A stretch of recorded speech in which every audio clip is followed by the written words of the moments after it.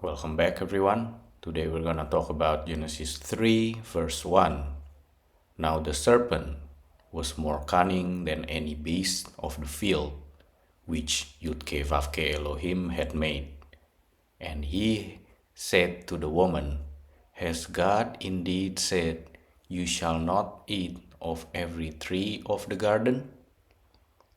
This verse, through the mystical lens of the Zohar, marks the entrance of concealment, distortion, and duality into the garden.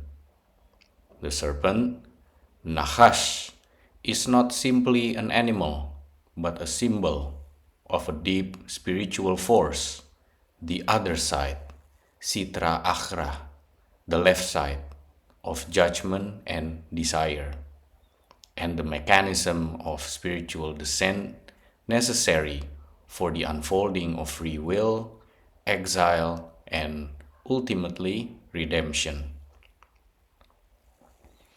The serpent, Nachash, the embodiment of the left side. The Zohar identifies the serpent as the archetype of external desire, the ego force, and the klipot that conceal divine light.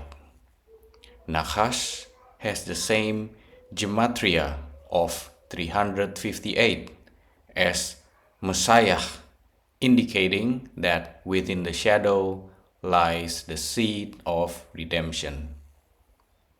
The serpent represents the force of seduction, not sexual only, but metaphysical, the pull toward self-awareness, division, and fragmentation.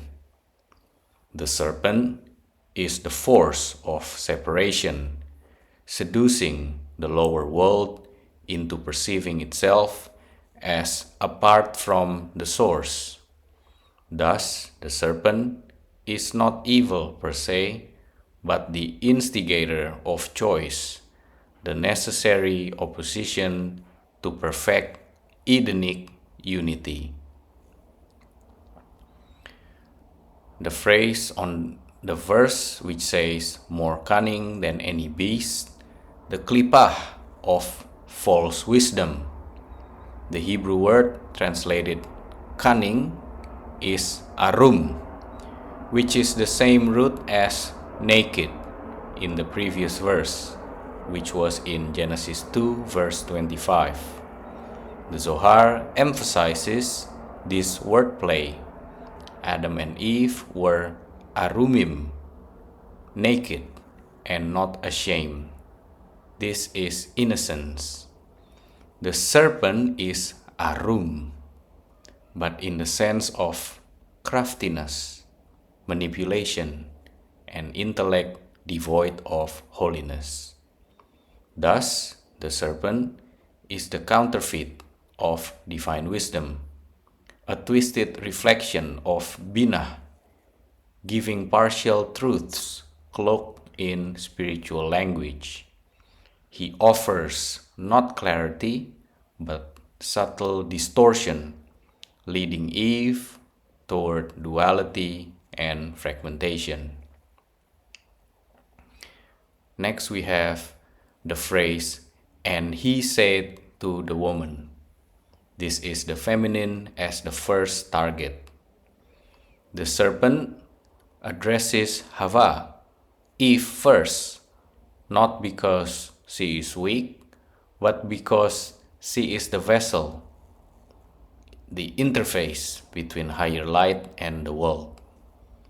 Eve represents the receiving aspect of the divine system. Adam transmits, while Eve embodies.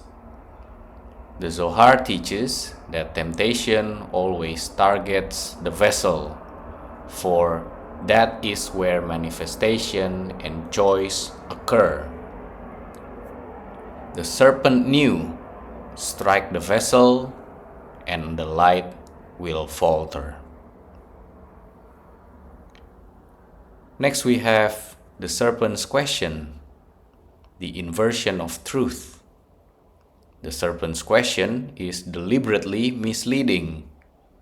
Has God indeed said, "You shall not eat of every tree"? He inverts God's words, sowing doubt and distortion. This is the hallmark of Klippa consciousness, twisting divine instruction, creating confusion, planting subtle rebellion within the soul. The Zohar calls this the whisper of the other side. Not a scream, but a question, a seed of doubt meant to fracture unity. The cosmic implication, this is the beginning of exile.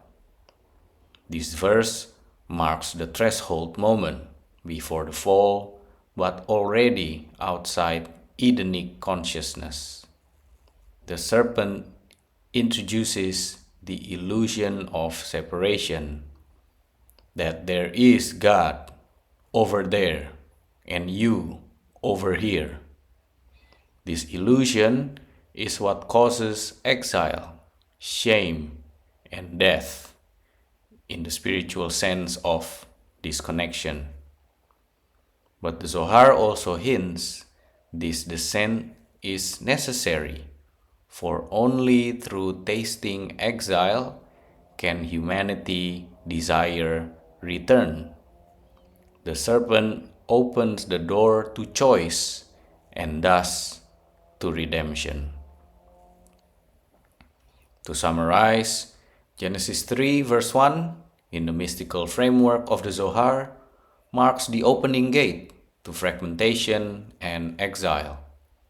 The serpent is not just a talking animal, but a deep spiritual symbol, the force of seduction, the intellect divorced from holiness, the other side that introduces duality into Edenic oneness. His cunning, Arum, is a twisted mirror of innocence, an inversion of the naked purity Adam and Eve had. He addresses Eve, the vessel of manifestation, because temptation enters where creation flows.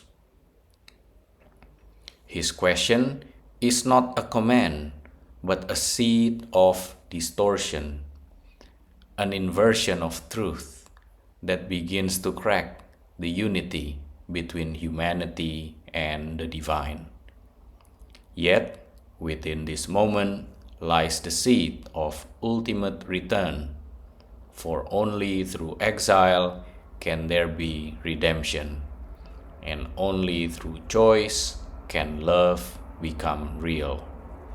The serpent introduces doubt. The soul must now choose illusion or reunion. That's it for today. Thank you very much for your donation. Be blessed, everyone, and I will see you on the next episode.